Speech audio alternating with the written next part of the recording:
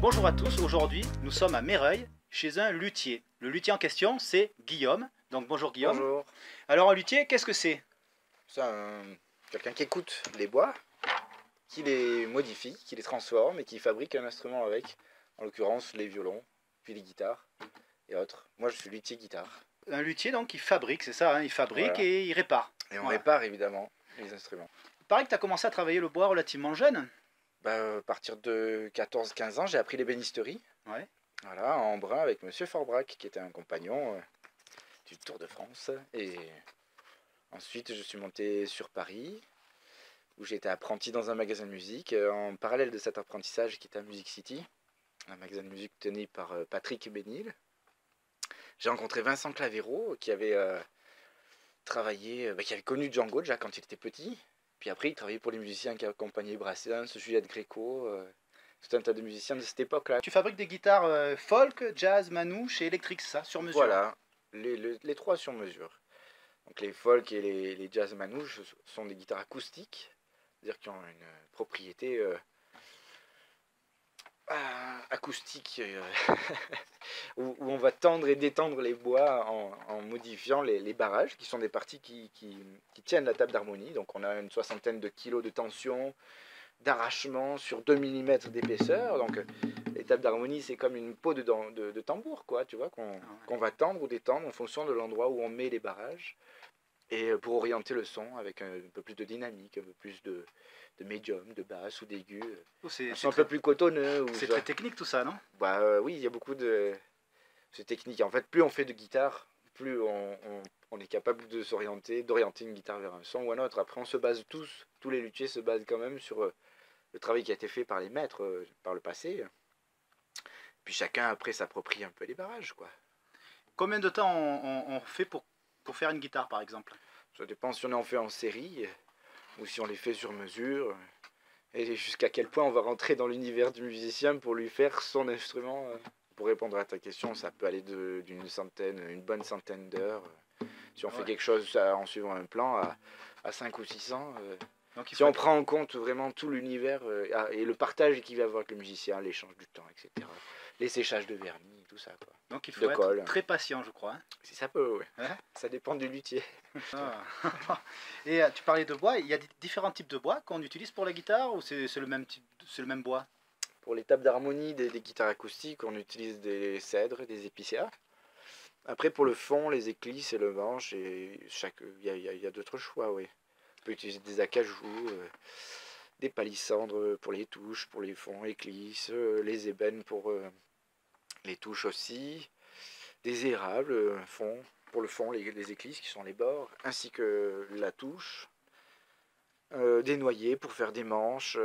Après, il y a tout un tas de bois exotiques aussi, mais moi je me refuse maintenant à utiliser ça. Ouais. J'ai envie d'éviter de déloger les Indiens et les derniers orang-outans qui restent, quoi.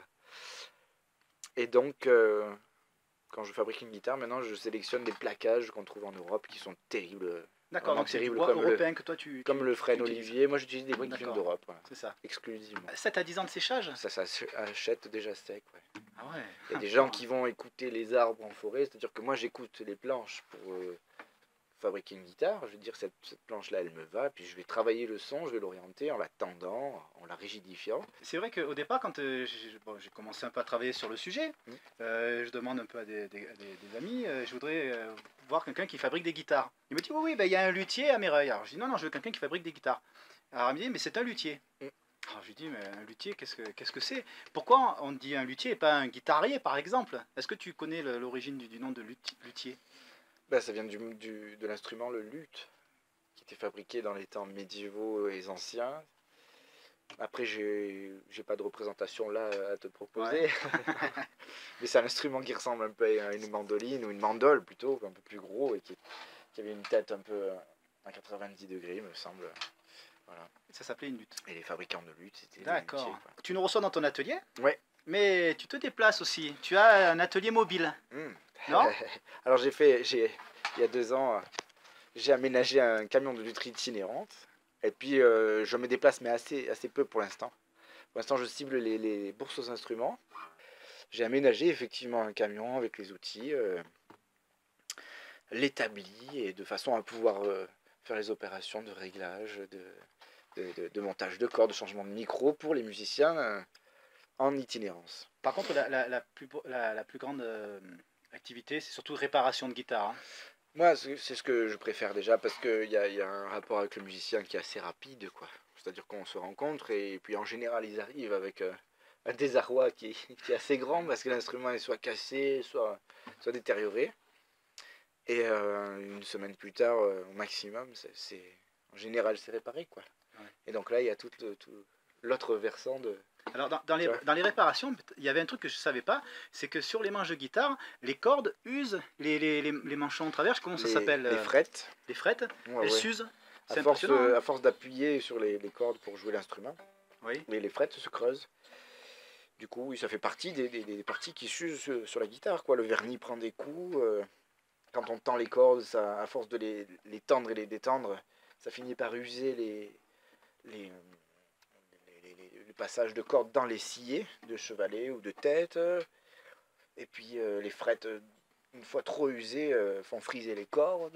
Donc il faut planifier l'instrument. Des fois les manches se tordent. Ah ouais. Il y a des musiciens qui arrivent avec des têtes cassées, des manches cassées. C'est un instrument assez fragile, donc c'est vrai que quand il prend un choc, il peut laisser des plumes, quoi, ou des copeaux.